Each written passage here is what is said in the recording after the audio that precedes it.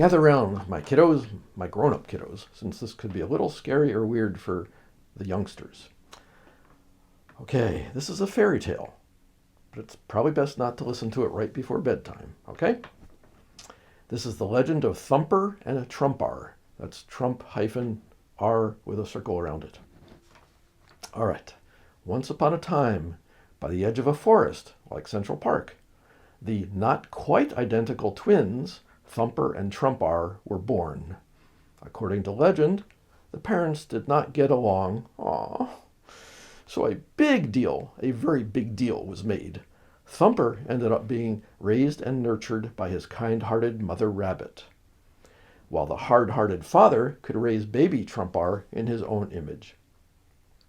Thumper had an idyllic childhood, learning how to play with all sorts of friends and learning from his mother and various other teachers, even learning how to teach with his closest friend Bambi.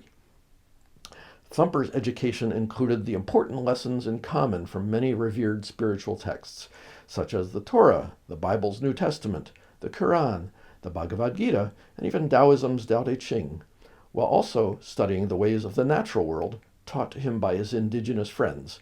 Many animals in the forest are indigenous, after all. Thumper grew up seeing the value and power of kindness, cooperation, and co-creation with one another and with the universal creative force.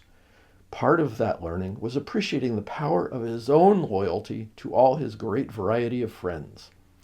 By working together cooperatively, with mutual respect for their various abilities, they saw that they could create a bountiful world full of beauty, kindness, and shared sustenance, not just for a small group of friends, but for their entire country and the world.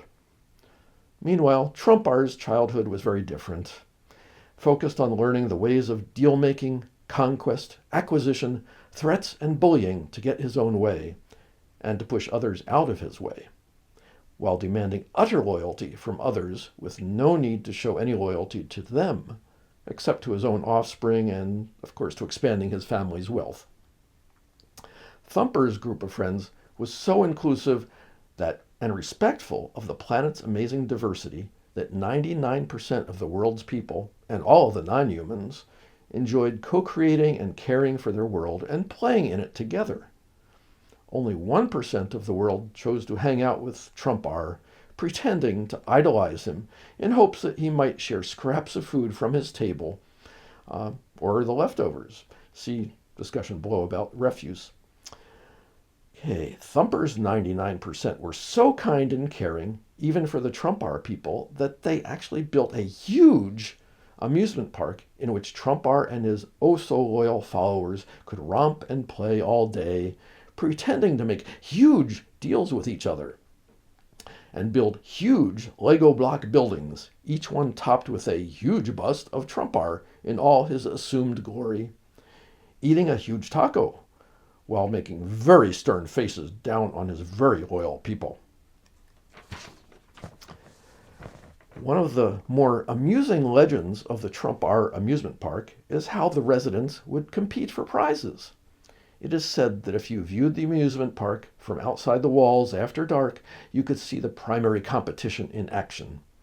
Every few minutes, a spotlight would streak across the sky, highlighting yet another brightly colored stuffed animals, thrown out of the park by a competitor, seeing who could throw the furthest.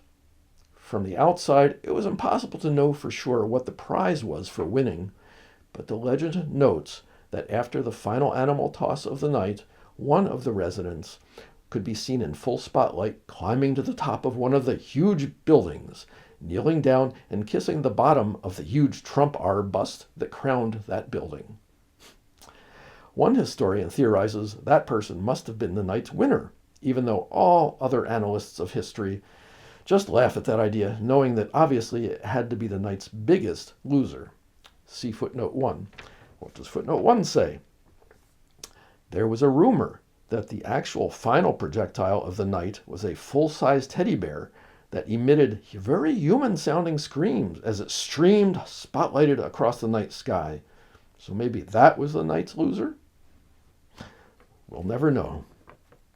What about food for the amusement park? Thumper's friends were very respectful of the needs of the Trumpar cult, community. They provided all the food the Trumpars could possibly eat each day, which was huge, of course, including many tacos, along with cuisine from around the world, so that residents could pretend that they had conquered all those lands and learned to appreciate those cultures before wiping them out. Heaven forbid that they would ever have to actually interact with those people. What about the refuse from all of that?